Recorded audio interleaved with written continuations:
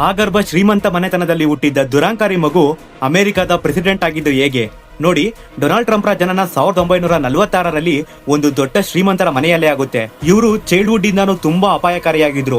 Neighbours ಮಕ್ಕಳ ಮೇಲೆ ಕಲ್ಲೆಸೆಯೋದು, classmates ಗೆ ಟಾರ್ಚರ್ ಕೊಡೋದು ಅಂಡ್ ಇಲ್ಲಿಗಲ್ ಸ್ಪ್ರಿಂಗ್ ನೈಫ್ಸ್ ನ ಕೂಡ ಕಲೆಕ್ಟ್ ಮಾಡಿ ಸಿಗಾಕೊಂಡಿರ್ತಾರೆ. ಇದೇ ಕಾರಣಕ್ಕೆ ಇವ್ರಿಗೆ 13 ವರ್ಷ ಇರಬೇಕಾದ್ರೆ ಇವರನ್ನ ಮಿಲಿಟರಿ ಸ್ಕೂಲ್ಗೆ ಸೇರಿಸ್ತಾರೆ. ಇಲ್ಲಿ ಇವರು ಡಿಸಿಪ್ಲಿನ್ ಕಲಿತಾರೆ, ಬೇಸ್ ಬಾಲ್ ಟೀಮ್ ಕ್ಯಾಪ್ಟನ್ ಆಗ್ತಾರೆ ಅಂಡ್ ಮಿಲಿಟರಿ ಕ್ಯಾಡೆಟ್ ಕ್ಯಾಪ್ಟನ್ ಕೂಡ ಆಗ್ತಾರೆ. ನಂತರ ವಾಟನ್ ಯೂನಿವರ್ಸಿಟಿಯಿಂದ ಗ್ರಾಜುಯೇಷನ್ ಕಂಪ್ಲೀಟ್ ಮಾಡಿ ಇವರ ತಂದೆಯ ರಿಯಲ್ ಎಸ್ಟೇಟ್ ಬಿಸ್ನೆಸ್ ಗೆ ಎಂಟ್ರಿ ಕೊಡ್ತಾರೆ.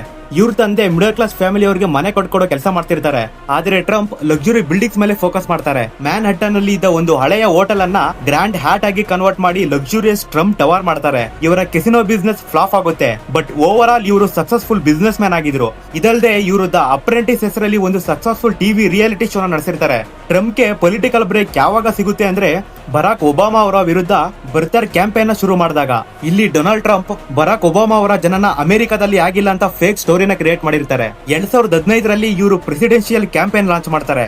ಇವರು better economy, border security, make America great again ಅನ್ನೋ ಸಿದ್ಧಾಂತದ ಮೇಲೆ ಎಲೆಕ್ಷನ್ ನಲ್ಲಿ ನಿಂತು ಗೆಲ್ತಾರೆ ಕೂಡ.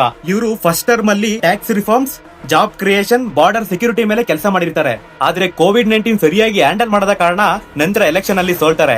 2024ರಲ್ಲಿ ಇವರು ಮತ್ತೆ ಕಮ್ ಬ್ಯಾಕ್ ಮಾಡಿ ಪಾಲಿಟಿಕ್ಸ್ ನ ಮ್ಯಾಡ್ ಮ್ಯಾನ್ ಸ್ಟ್ರಾಟಜಿ ಯೂಸ್ ಮಾಡ್ತಾ ಇದ್ದಾರೆ. ಇದರಲ್ಲಿ ಇವರು ತಮ್ಮನ್ನ ತಾವು ಮ್ಯಾಡ್ ಮ್ಯಾನ್ ಅಂದ್ರೆ ಅನ್ಪ್ರೆಡಿಕ್ಟಬಲ್ ಅಂತ ತೋರಿಸ್ಕೊಳ್ತಾರೆ. ಅಂಡ್ ಇವರು ಗೆಲ್ಲೋದಕ್ಕೋಸ್ಕರ ಲಿಟ್ರಲಿ ಏನ್ ಬೇಕಾದ್ರೂ ಮಾಡ್ತಾರೆ. ಇವ್ರಿಗೆ ಪ್ರಪಂಚ ಪೂರ್ತಿ ಇವರ ಮುಷ್ಟಿಯಲ್ಲಿ ಇರಬೇಕು ಅನ್ನೋ ಹುಚ್ಚು ಆಸೆ ಇದೆ. ಆದ್ರೆ ಇದು ಕೆಲವು ಬಾರಿ ಬ್ಯಾಕ್ ಫೈರ್ ಕೂಡ ಆಗುತ್ತೆ.